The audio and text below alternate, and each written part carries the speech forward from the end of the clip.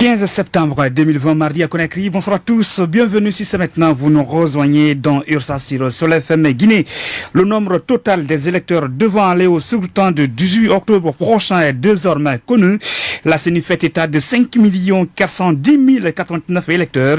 La région de Cancan est véritablement inscrit déjà avec 5 millions, j'y arrive, 5 410 089 électeurs inscrits sur le fichier électoral. La région de Cancan dispose elle seule 1 513 421 électeurs, soit 22% du nombre total des électeurs. Avec ce chiffre, Cancan se place ainsi devant la zone spéciale de Conakry qui n'a que 19% et plus devant la région de l'Abbé également qui ne dispose que 424 882 électeurs, de quoi susciter des interrogations chez des opposants, notamment dans les rangs de l'UFDG, le principal parti de l'opposition. D'ailleurs, nous aurons d'autres réactions demain à propos. Le fichier électoral présenté ainsi par la CENI dans sa composition offre plus que de chances aux candidats du RPG au détriment des autres candidats, dénoncent les UFDGistes et d'autres opposants également participant à cette échéance électorale. Mais comment réagissent véritablement le GE guinéen, l'organe des gestion des élections, face à ces différentes allégations? Mamadi Troakaba, porte-parole de la CENI guinéenne, sera au bout de la ligne dans Ursa pour explication. Parlons justement des enjeux de cette présidentielle de 2020 véritablement. Quel est le regard que porte le parti, le candidat du parti MND, porte-parole également, tout au moins porte sur l'organisation de ce scrutin. Dr Ousmane Doré, ancien ministre de l'économie et des finances, est l'invité dans notre regard sur l'actualité. Véritablement, le politique s'exprimera également sur le combat anti-troisième mandat jusque-là engagé par le FNDC, le Front National de la Défense et de la Constitution, mais aussi il fera un arrêt également sur ce fichier électoral qui fait polémique. Merci de nous retrouver. Ursa sur le FM Guinée, bienvenue chez nous. Ursa, Koluba Kwevogi. Vous êtes plus que jamais nombreux à nous écouter sur le Soleil FM Guinée dès qu'il est 16h03 dans Ursa également. Merci de nous retrouver sur le 628 99 99 95 pour vos messages. Vous posez des questions à notre invité, tout au moins commentez l'actualité avec nous. Nous ferons lecture de vos différentes analyses et prises de position. Également pour nos auditeurs de l'étranger, merci de nous écrire sur le numéro WhatsApp également sur le 00 224 669 396 747 pour nous envoyer des messages et commenter cette actualité avec nous. Nous ferons lecture de vos différents messages également. Notre premier invité que la technique a du mal surtout à retrouver, Mamadi Troakaba, qu'on aura au bout de la ligne véritablement pour se prononcer sur ce fichier électoral. Notre invité parcours, Dr Ousmane Doré. Bonsoir.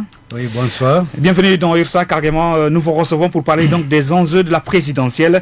Véritablement, le débat est plus que jamais intéressant, surtout depuis hier sur le cas du fichier électoral. Vous avez la statistique sous la main déjà. On va s'intéresser sur le cas de la région de Cancan déjà. Mais avant, nous allons revenir en détail véritablement pour permettre à ceux-là qui n'ont pas suivi de comprendre pourquoi ce fichier fait l'objet de débat aujourd'hui. Selon la présentation faite par les responsables de la CENI, le fichier électoral guinéen fait état de 5 410 089 électeurs et la région de Cancan, à elle seule déjà, a 1 513 421 électeurs, soit 22% du nombre total des inscrits sur le fichier électoral. Véritablement, quelle est la lecture que vous faites au niveau de votre parti? Vous êtes le candidat du MND déjà, carrément. Eh bien, écoutez, nous avons, comme tous les autres partis, participé à cette réunion avec la CENI, au cours de laquelle on a eu connaissance de ces statistiques. Et je dois vous dire, ça fait débat parce que, comme vous le savez, les participants à cette échéance électorale ont posé comme condition essentielle la transparence du processus, la neutralité de l'institution qui organise la CENI. Et il se trouve que fort malheureusement, ce que nous constatons, c'est que bon, la question des 5 millions, c'est purement technique, on le verra, mais il y a une distribution qui pose problème et qui pourrait peut-être demander des éclaircissements.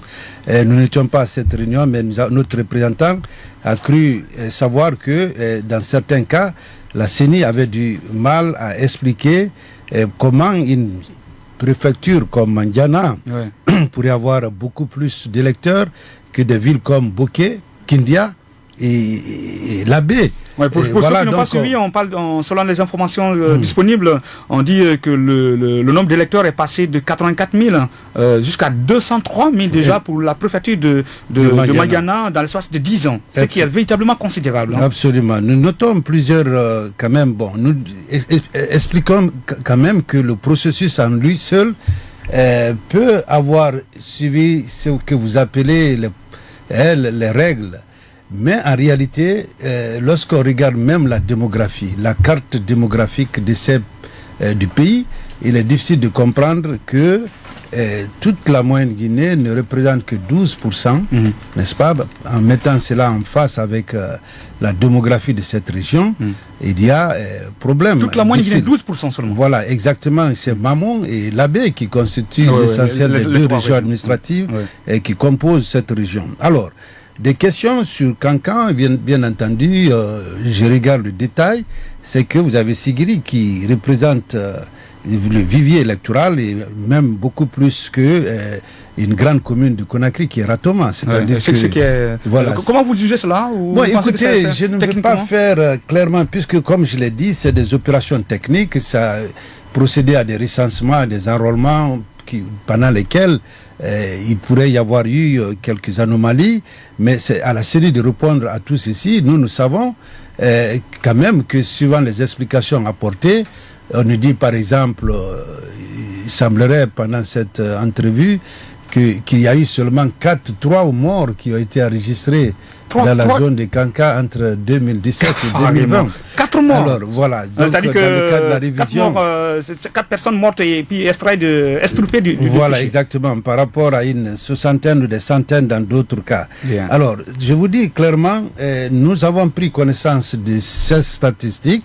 Nous sommes dans l'analyse et devrons pouvoir apporter d'autres précisions. Merci, Dr Ousmane Doré, candidat à la présidentielle, président du parti MND, dont Ursa notre regard sur l'actualité pour d'amples explications, pour aider l'opinion à comprendre ce que s'est-il véritablement passé par rapport à ce fichier. L'autre invité également, le porte-parole de l'EGE guinéen, Mamadi Trois Kaba. Messieurs, bonsoir. Bonsoir à vous, à tous vos confrères et à tous les auditeurs.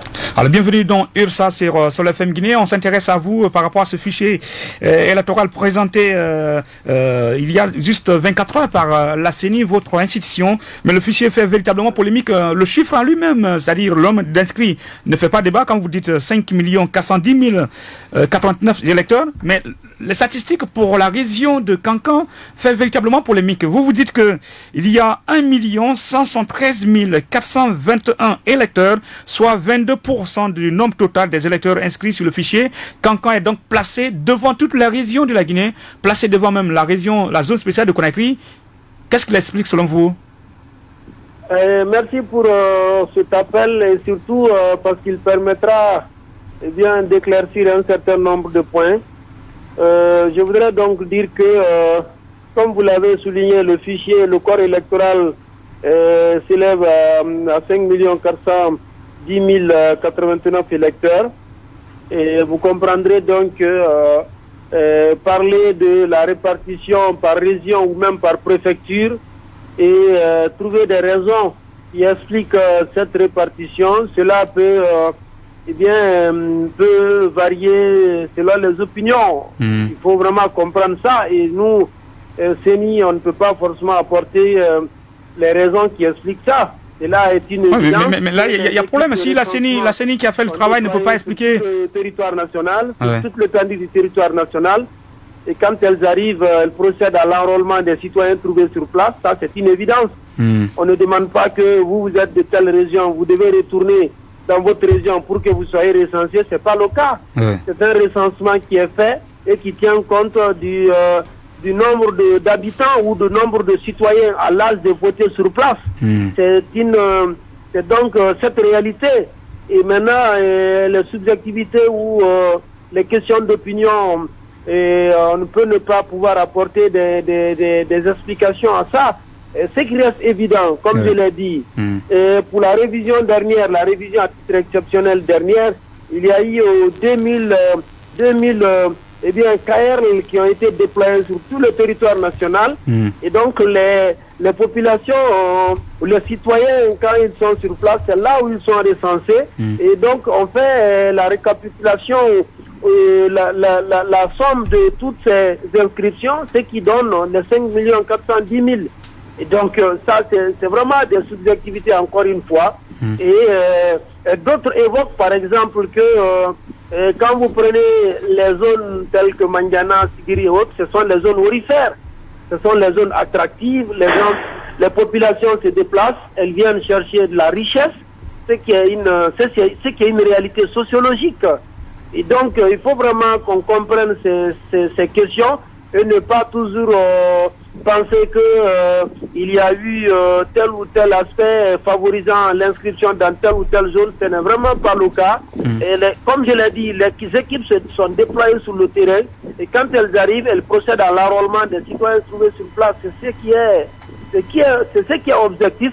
Maintenant, les autres subjectivités, vous comprenez qu'on peut ne pas avoir des raisons pour les expliquer. Oui, mais pourtant, des opposants estiment que la CENI s'est montrée plus ou moins partielle par endroit dans la conduite de ces opérations en ce qui concerne l'enrôlement. C'est-à-dire qu'il y a eu du retard dans le démarrage des opérations dans certaines villes et dans certains quartiers, par exemple.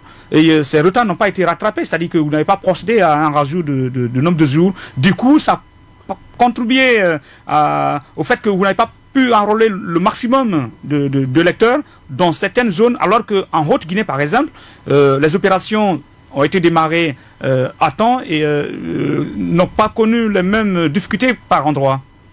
Oui, là, vous posez là une question objective qui nécessite vraiment des éclaircissements. Ça, on peut comprendre ça. Si c'est ça la réalité, on peut comprendre.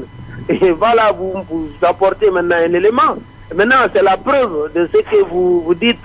Je sais que c'est pas vous. Oui, mais la presse aussi a constaté cela, par endroit.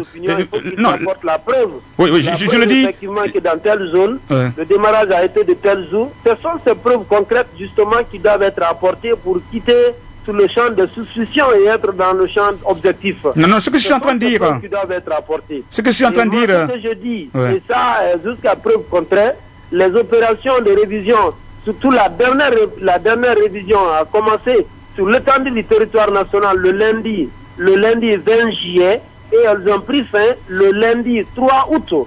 Ça, c'est ce qui est effectif.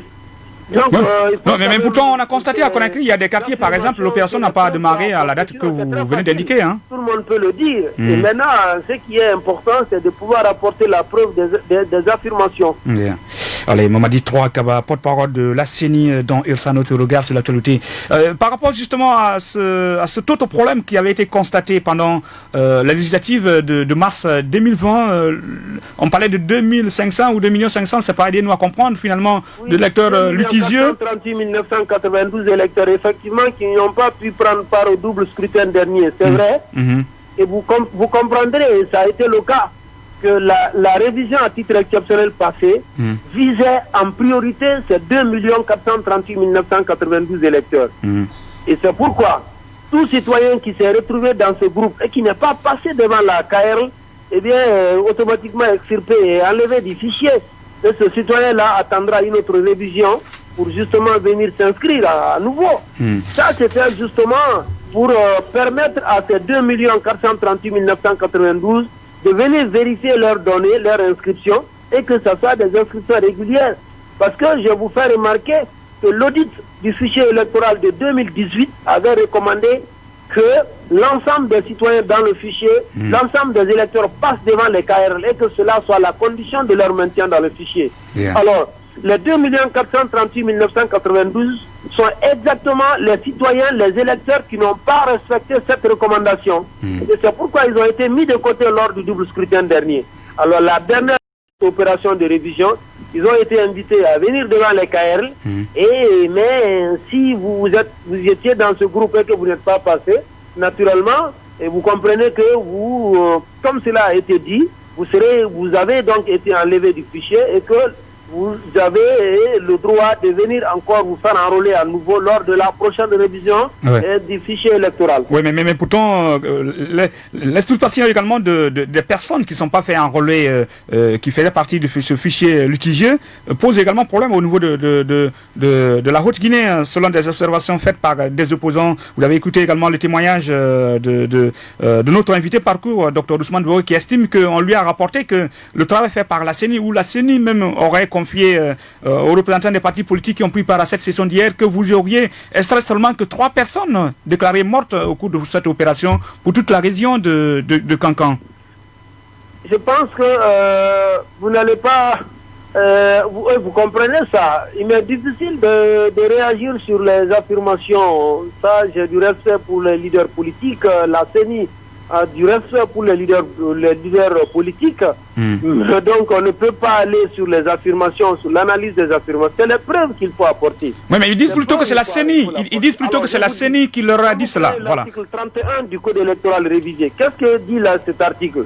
C'est que la radiation dans le fichier électoral ne se fait que sur présentation des pièces justificatives. Bien. Et chez nous, c'est une vieille habitude face à laquelle nous devons tous agir, c'est qu'on ne déclare pas les décès. Bien. Aussi bien les naissances ne sont pas déclarées comme cela se doit, que les décès. Alors, lorsqu'une personne est inscrite dans le fichier électoral, pour qu'elle soit radiée, il faut qu'il y ait une présentation des pièces justificatives.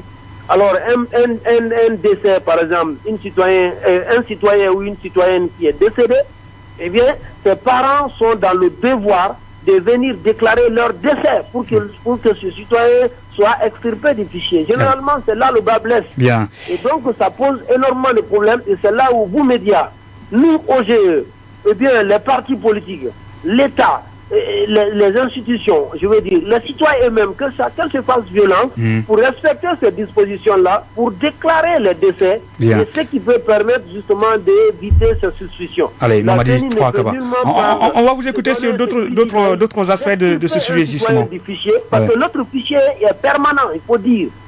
La liste électorale, elle est permanente. L'article 19 du Code électoral indique cela. Bien. Alors, quand vous y rentrez, pour sortir, il faut qu'il y ait la présentation des pièces justificatives. Bien. Alors, un cas de décès, un citoyen qui est décédé, il faut quand même que la CENI ait l'acte de décès, le certificat de décès pour l'extirper. C'est ce que dit la loi. Alors, il faut qu'on comprenne cela et qu'à tout bout de champ, on ne fasse pas de discrédit sur ce qui est fait de manière assez minutieuse.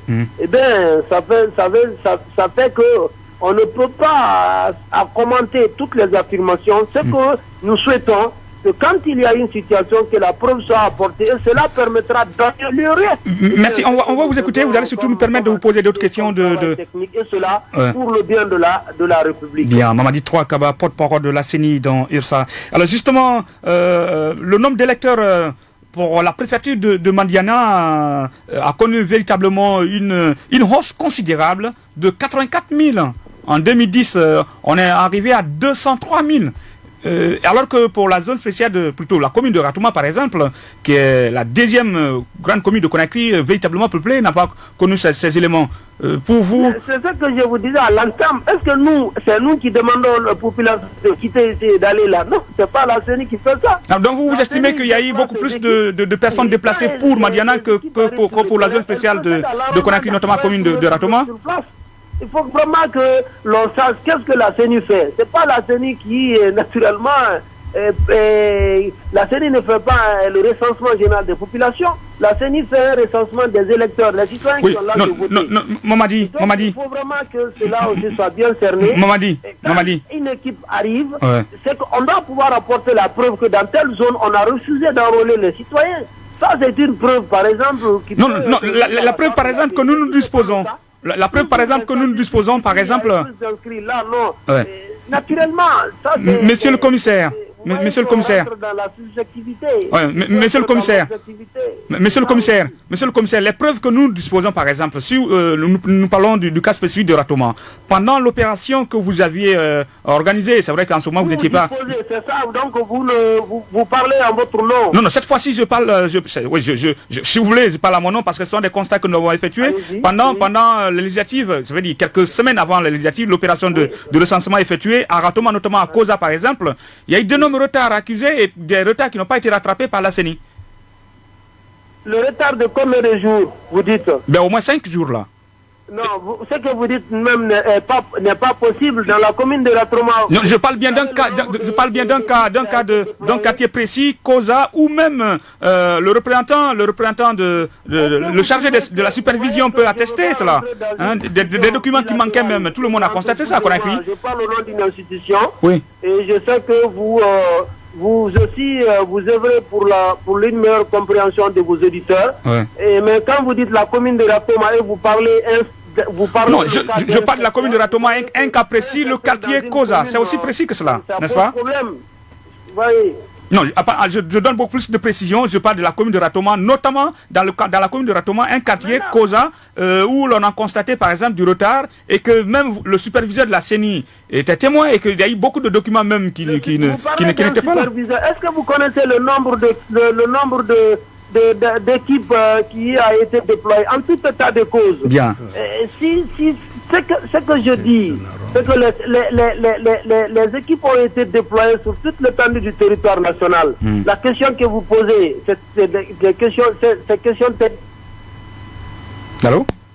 Allez, Mamadi Trois Kaba, porte-parole de la CENI, donc, qui s'exprimait dans Ursa Notoruga sur l'actualité. On aurait tout de même l'écouter sur le dernier point en ce qui concerne si le travail est véritablement terminé. Quel est l'apport donc des autres partenaires techniques et également, notamment la CEDEAO par exemple, qui doit travailler avec la CENI déjà. Est-ce que le travail est terminé ou non? Véritablement, on a donc perdu Mamadi Trois Kaba sans pour autant aller au bout de nos analyses. Merci encore une fois. On revient en studio pour donner la parole à notre invité parcours, Dr Ousmane Doré, président du parti MND, également candidat à la présidentielle d'octobre prochain. Véritablement, une dernière question, Mamadi Trois Kaba, porte-parole de la CENI, est-ce que vous êtes là?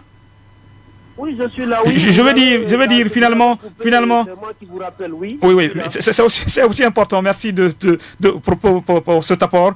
Les 5 millions 400... Moi, j'ai rappelé. C'est important. Alors, je veux dire, les 5 410 089 électeurs finalement présentés, est-ce que c'est le chiffre global net finalement ou il y a notre travail qui sera fait? Et quel est l'apport des autres partenaires techniques qui travaillent, plutôt, qui sont en rapport avec vous, notamment la CEDEAO? Non, il faut dire que après la révision à titre exceptionnel des listes électorales, il y a eu des opérations de dédoublonnage. Il y a eu des opérations de recherche d'éventuels mineurs dans le fichier. Et c'est à l'issue de toutes ces opérations que le corps électoral s'élève à 5 410 089 électeurs. Yeah. Et ça, c'est vraiment pour dire que toutes ces opérations ont été menées et c'est à l'issue de tout cela que le corps électoral, le fichier, s'élève à 5 410 089 électeurs. Bien. Merci. Merci surtout d'être prêté à nos questions, aux différentes questions d'Ursa Notoruga sur l'actualité. Je vous remercie et surtout ce que vous faites pour une meilleure compréhension de vos auditeurs. Ça nous aide et nous disons bonsoir à tous vos auditeurs. Allez, Ursa sur le FM Kini, on marque la pause, on revient pour donner la parole à notre auditeur, à notre invité qui arrive.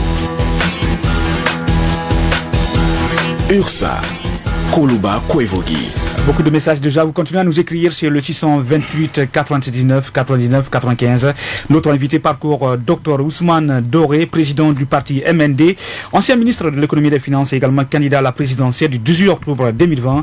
Merci encore une fois, rebonsoir. Vous avez donc écouté le commissaire de la CENI avec tout cet exercice d'explication autour du nombre total des électeurs, donc les 5 410 089 électeurs finalement. Est-ce que vous comprenez le travail qui a été fait par la CENI?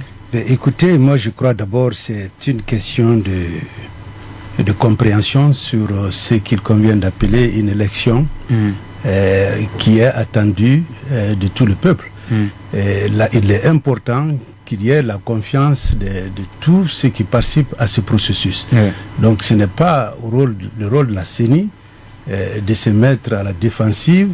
Et je crois que beaucoup de ces candidats qui ont décidé de participer à ces élections ont demandé un minimum de transparence. Il est clair que on peut toujours dire tout s'est bien passé, c'est pas la CENI qui est responsable de la démographie et autres, mais ce qui reste clair, si vous conduisez des opérations de recensement, vous trouvez un village et vous pensez que le village a beaucoup plus d'électeurs qu'une grande ville, bien entendu, ça pose des questions. Ouais. Personne n'est en train de lancer des suspicions sur les motivations derrière. Moi, je l'ai dit à un de vos confrères qui m'a dit ce sont des fiefs du parti au pouvoir. J'ai dit non. Essayons de voir. Ce qui apparaît clair, c'est que vous avez des villes, ici, même quand on parle de la situation minière de ces villes comme Séguiri, je peux prendre le cas de Kourous et Kirwani. Et Kirwani, il y a Banankoro à côté qui est une grande mine où des gens sont nombreux, ça pèse plus que la commune urbaine de Kirwani, mais vous regardez Kirwani, c'est 94 000. Ce sont des questions que les électeurs, ou tout au moins ceux qui participent à un processus, légitimement peuvent poser. Ouais. Ça demande des éclaircissements, ça demande à dire, bon, voilà ce qui s'est passé, pourquoi on n'a que 6% des électeurs dans une ville comme Mamou, et mettre les acteurs en confiance.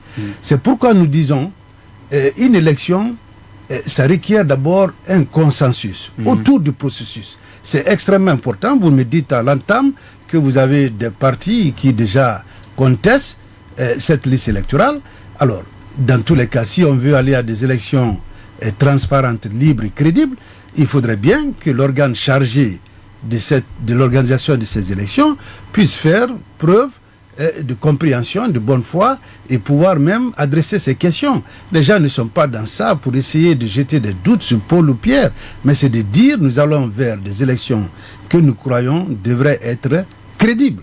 Et c'est toute la question. Je pense que dans un certain cas, il a expliqué, par exemple, de façon très professionnelle, le cas des 5 millions, mais il reste entendu que beaucoup de ces acteurs qui sont présents peuvent se demander en quoi une ville comme Kindia a moins d'électeurs qu'une ville comme Mandiana. C'est une question légitime qui ne peut pas simplement s'expliquer puisqu'on vient d'une élection à une autre. On a les statistiques des élections antérieures, on a la carte démographique du pays. Il est facile de voir que ça pose problème, ou tout au moins c'est quand même surprenant. Et peut-être que c'est vrai, mais c'est surprenant. Ce qui est surtout paradoxal dans la démarche de la CENI, ou tout au moins qu'on n'a pas compris pour l'instant, il est difficile pour la CENI d'expliquer les irrégularités constatées dans la première opération de révision de liste électorale à la veille des élections législatives, parce qu'il a été constaté beaucoup plus de retard. Non seulement en termes d'équipement, en termes de matériel, ce qui a causé du retard dans le démarrage des opérations. Ils l'ont dit, et eux-mêmes, ils se posent même des questions. Pourquoi? Est-ce que c'est la presse qui relaie cela ou ce sont les partis politiques? Donc, c'est-à-dire, leurs superviseurs n'ont pas ça relayé les vraies informations, ou alors ils se testent dessus. Il y a même une autre dimension à ça, vous ne l'avez pas posé comme question, c'est que ce que nous savons des textes de loi, c'est que les listes devaient être affichées. Et c'est dit au moins un mois avant le scrutin. Ouais. Alors, on nous dit hier que les cartes vont être distribuées le vendredi, sans que le citoyen ou l'électeur n'ait le droit de voir s'il est ou non inscrit sur la liste. Et je crois que c'est inscrit dans les textes de loi pour permettre à un électeur qui d'aventure se retrouverait sans carte de dire que voilà, j'avais mon nom sur cette liste-là qui a été affichée et donc faire un recours. Pourquoi les listes ne sont pas affichées? Ça aurait été une bonne question pour le porte-parole de la CENI, mais je vous dis ça pour une autre occasion. Merci, Dr Ousmane Doré, président du parti MLD dans Ursa, notre regard sur l'actualité. Donc, en tant que candidat déjà sur cette opération qui n'a pas été faite avant, selon ce que dit la loi, le code électoral à propos, quelle est votre inquiétude? C'est-à-dire que l'on n'a pas affiché la liste électorale et les cartes seront distribuées. C'est-à-dire que vous avez votre carte, mais vous ne savez pas où vous pouvez être. Est-ce que vous êtes sur la liste ou non? Bon, écoutez, c'est les deux. Parce que ce que je veux dire, c'est les cartes devraient être le reflet d'une liste électorale qui aura été élaborée à la suite des inscriptions, les 5 millions dont on parle. Et donc, il y a aussi la question de où vous avez fait l'enrôlement, où vous pouvez peut-être constater que c'est là où vous devez voter, ou bien si vous avez d'autres, des dérogations ou bien des ordres de mission, vous pouvez bouger. Donc il est important, et c'est pas moi qui le dis, c'est comme ça dans le texte, dans le code électoral. On doit pouvoir voir ces inscriptions, l'affichage est un élément essentiel. Ce qui n'a pas été fait, moi je pense que, bon, ils ont une explication et que nous attendons quand même aussi d'avoir. Voilà donc en quoi nous pensons que ce processus électoral, ça commence en amont de la chaîne, c'est-à-dire la question des listes électorales, la question de la transparence, de la neutralité même de cette institution, pour rassurer les acteurs. On n'est que 12 sur la ligne de départ. C'est pas aussi compliqué. Ces acteurs doivent avoir confiance au processus pour que ça aboutisse à des élections crédibles. Allez, les enjeux de la présidentielle de 2020, le 18 octobre prochain, on en parle déjà avec notre invité parcours, Dr Ousmane Doré, ancien ministre des Finances, président du parti MND, candidat à la présidentielle, véritablement déjà. Parlons donc de cette présidentielle. L'on se demande véritablement, qu'est-ce qu'un économiste, un ancien ministre de l'économie vient chercher dans la politique carrément? Un politicien par défaut? Bon, écoutez, pour des raisons bien fondées, parce que vous savez, la politique est ouverte à tout citoyen qui voudrait apporter une contribution à la vie de la société. Voilà. En ce qui me concerne, effectivement, vous l'avez si bien dit, j'ai passé une longue carrière à l'international, dans les institutions financières internationales, récemment à la Banque africaine de développement.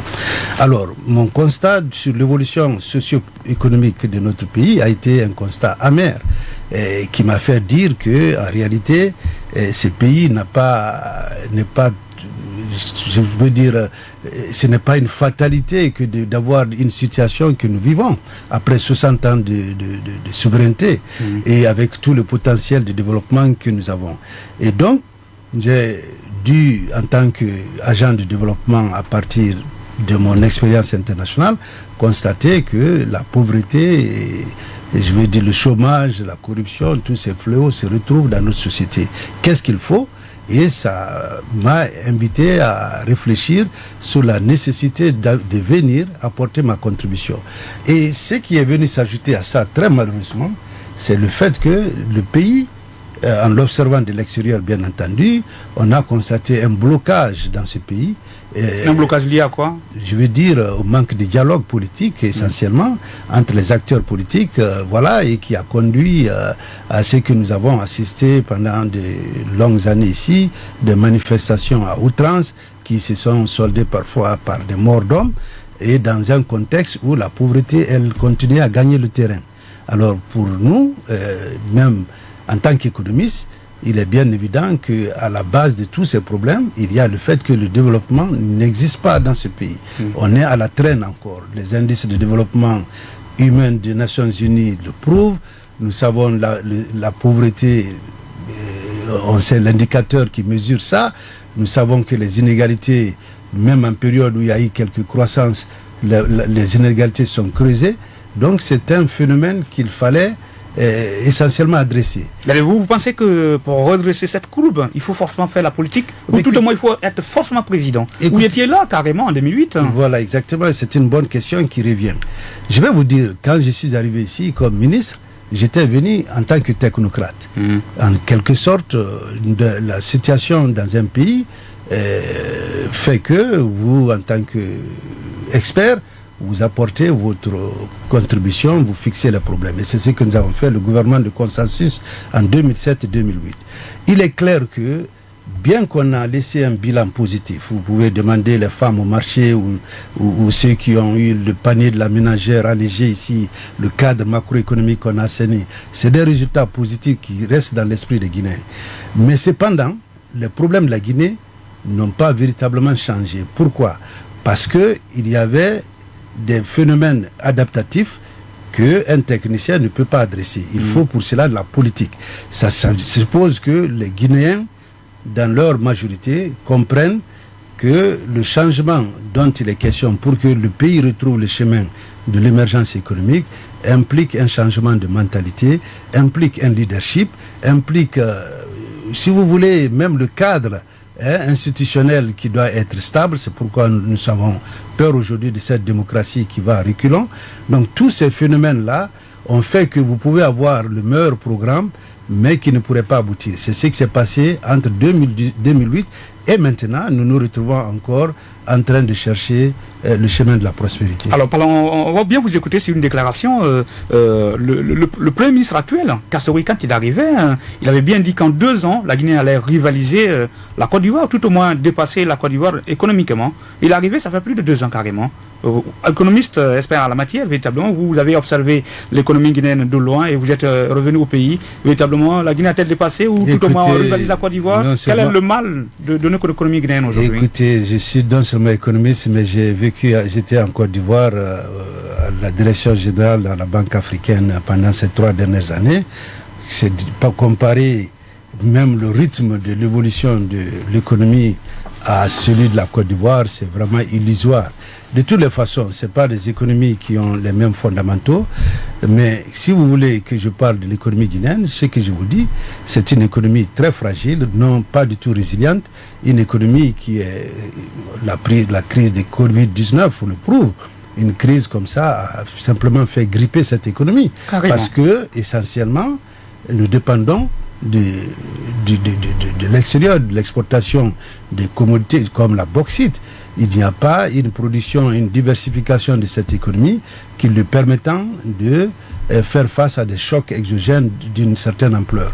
Alors, on peut parler de croissance. Il y en a eu certainement après la crise Ebola. Après 2015. Mais je peux vous dire que c'était essentiellement une croissance tirée par l'investissement dans le secteur minier.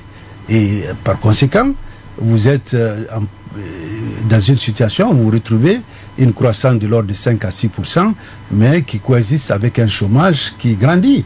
Parce que cette croissance a été tout sauf inclusive. C'est pourquoi je vous dis, il y a une certaine fragilité de cette économie qui fait que sans qu'on échange les fondamentaux de l'économie, le modèle de développement lui-même, je pense qu'on va continuer à créer la pauvreté plutôt que la prospérité. Il faut changer le modèle de développement de l'économie guinéenne. Vous proposez quoi carrément en lieu place? Écoutez, je pense que le modèle approprié... Parce qu'à Conakry, on vous dit par exemple depuis 2-3 ans, le FNDC ou tout au moins les opposants ont manifesté, ça nous a empêché de travailler, la maladie Ebola s'est invitée dans la danse et aujourd'hui on se sert également de Covid-19 pour expliquer cette défaillance constatée dans le secteur de l'économie. Écoutez, vous pouvez voir comment une économie évolue.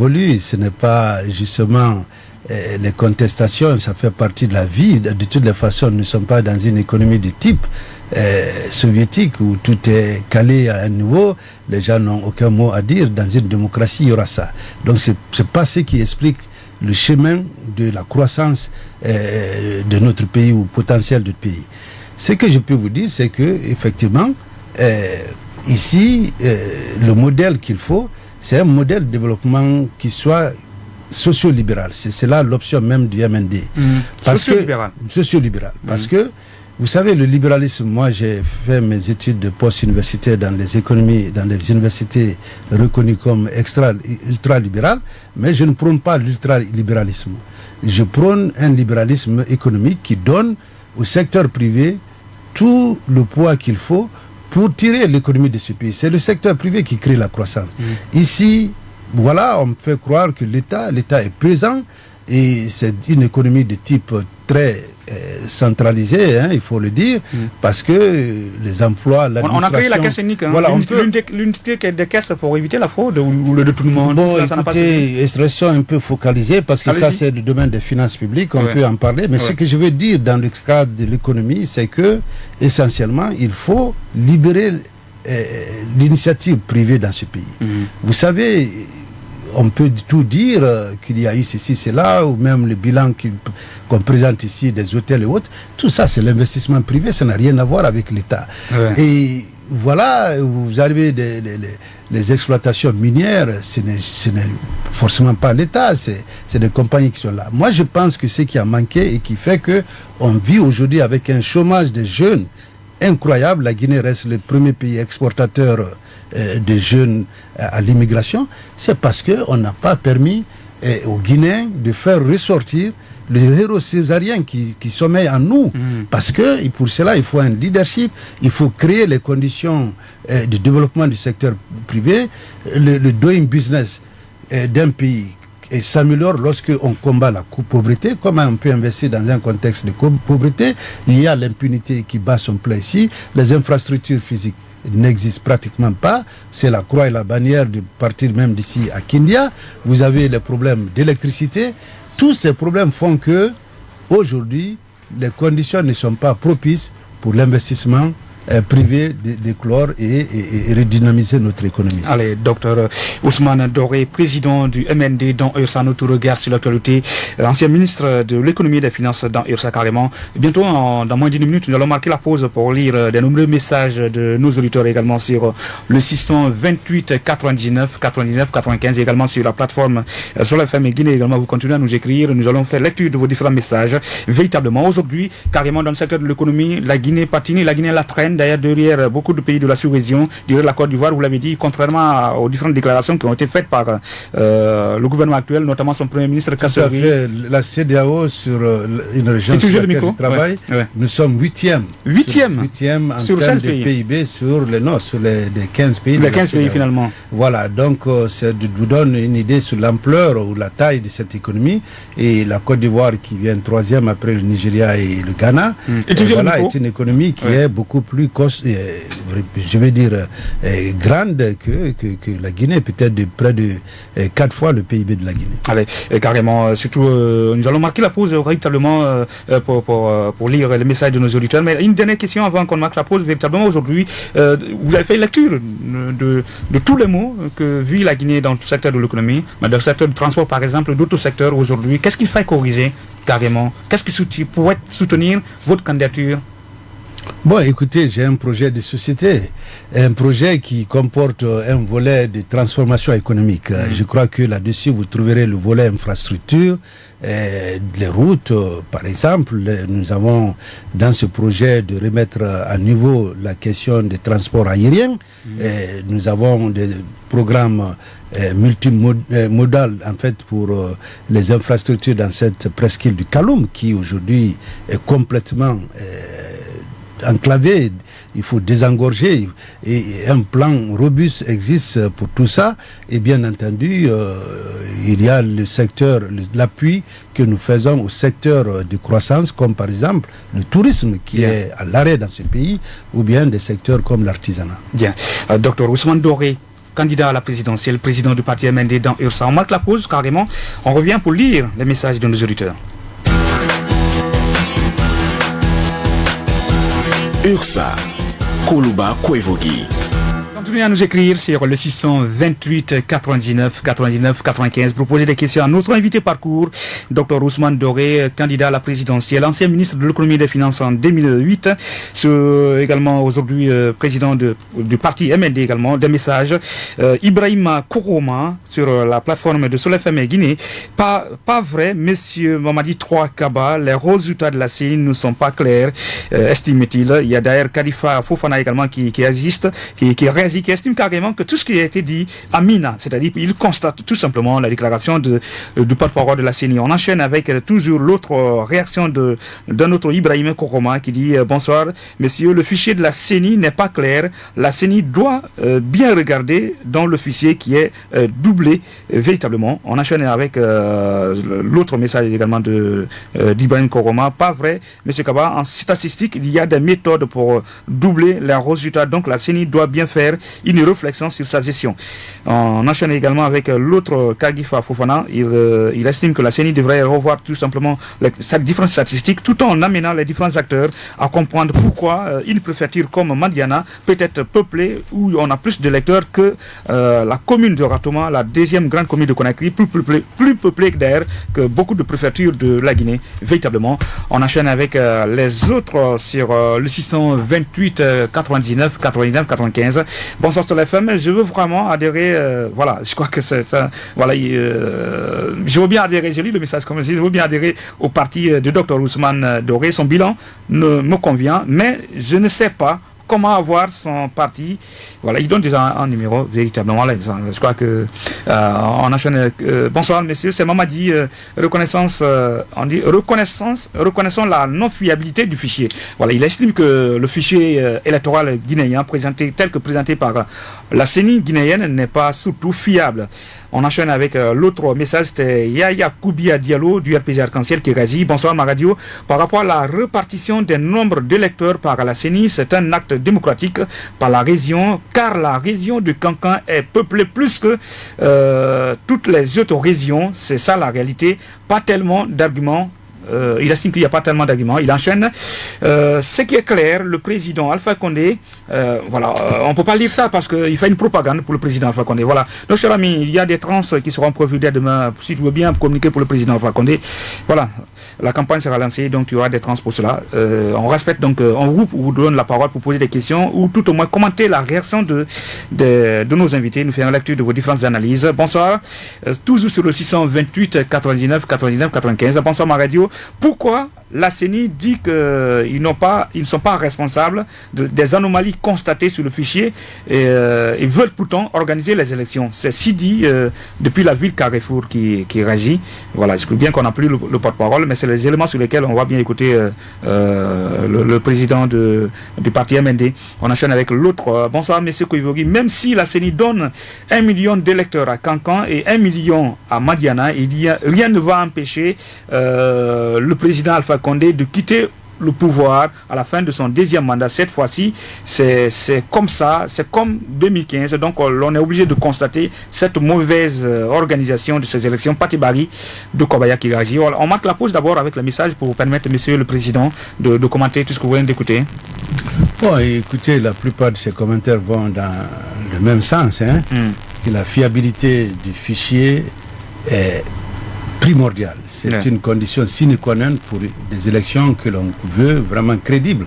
Et ceci dit, moi j'ai du respect pour ces porte-parole de la CENI qui a tenté vraiment d'apporter des éclaircissements, mais de là à dire que la CENI n'est pas responsable d'une anomalie qui pourrait être constatée dans la distribution de ces 5 millions et autres, moi je pense que la CENI doit pouvoir, en tant qu'agent central de supervision de ces élections, apporter des éclaircissements pour rassurer les participants, au risque de voir peut-être confirmer, je veux dire, il parle de subjectivisme, bien entendu, tout est subjectivité dans ces histoires, puisque nous nous rappelons en 2010 qu'il aura fallu pratiquement 3 ou 4 mois entre le premier et le deuxième tour, parce que simplement, il y avait ces questions de subjectivité, il fallait prendre en compte les observations de l'un ou de l'autre des camps. Donc, c'est absolument important, les réactions que vous recevez de vos auditeurs le prouvent, et moi, je me dis simplement, si nous devons aller, il faudrait qu'on sache que nous allons ensemble. La CENI, avec les partenaires participants, avec même les populations, parce que chacun gagne dans une élection qui soit accepté de tous. Voilà. Donc, il y avait un auditeur qui certainement a exprimé le souhait de rejoindre le MND. Et je voudrais simplement lui dire que la porte est grandement ouverte. C'est un mouvement national pour le développement et qui est en train de faire sa marche vers la conquête du pouvoir, certainement le 18 octobre. Allez, l'autre qui réagit, bonsoir messieurs, bonsoir sur l'FM également et l'émission Yursa. Dites-nous véritablement aujourd'hui quelle est la position du docteur Ousmane Doré par rapport au débat autour du troisième mandat et le combat du FNDC, le Front National de la Défense de la Constitution. On ne vous a pas longtemps écouté sur ce sujet. Bon, écoutez, j'ai donné quand même un point de vue à l'arrivée, pas avant, parce que clairement, j'étais de ceux-là qui croyaient que il n'y avait pas un débat autour d'un troisième mandat, étant donné que le principal concerné n'avait jamais dit qu'il voulait. Et c'est à l'arrivée, j'ai constaté, comme tout ce qui était dans cette logique, de savoir que même cette constitution, son changement était lié à ça. Et c'est d'ailleurs une des motivations pour lesquelles nous nous battons fondamentalement pour qu'il y ait l'alternance dans ce pays. En ce qui me concerne particulièrement, là, je ne suis pas du FNDC. Le FNDC est une structure qui a voulu, par des questions de principe, des principes d'ailleurs démocratiques, vouloir défendre une constitution qui garantissait l'alternance. C'était ça la constitution de 2010. Ça imposait qu'après chaque 2 mandats, le peuple de Guinée devait se retrouver pour avoir une alternance. Donc, leur revendication était véritablement légitime. Ils ont choisi la manière de le faire. Ça les engage. Je crois que cette bataille a été faite au moment même où je n'étais pas ici en Guinée. Ceci dit, ma position sur ce troisième mandat. Je l'appelle troisième mandat, pas premier mandat d'une république, parce que la réalité, on ne peut pas, c'est pas parce qu'on est même dans une nouvelle république qu'on peut dire que les mandats passés ne sont pas à comptabiliser. Oui. C'est essentiellement un troisième mandat, un mandat qui vient s'ajouter aux deux mandats au cas où ça arrivait à se faire.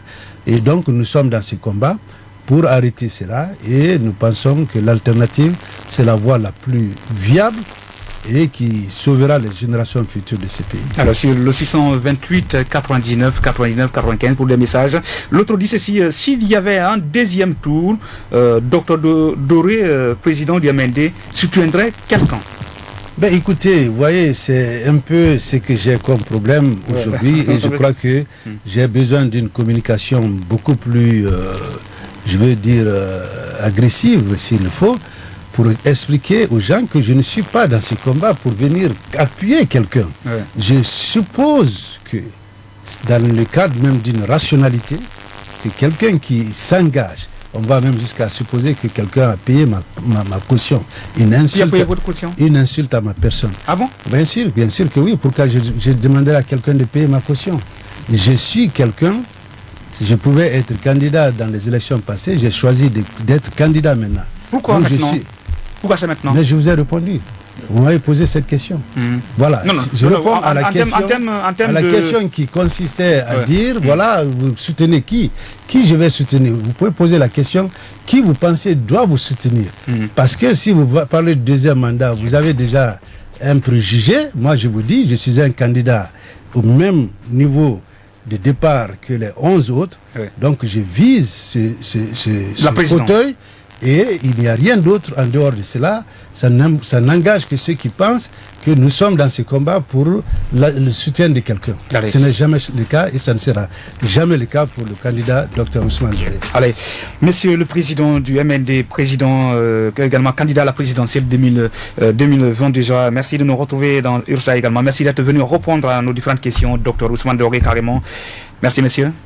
Je vous remercie. Et le rendez-vous demain pour un autre numéro d'Ursa, notre regard sur l'actualité à 16h03. Nous aurons pour inviter également Maka Baldé également qui est membre de FNDC. En deuxième partie, vous aurez les explications du ministre guinéen de la Santé, médecin colonel Rémi Lama qui s'exprimera sur la continuité des services dans les hôpitaux et d'autres structures de soins au lendemain ou tout au moins des mois après la maladie, le Covid-19.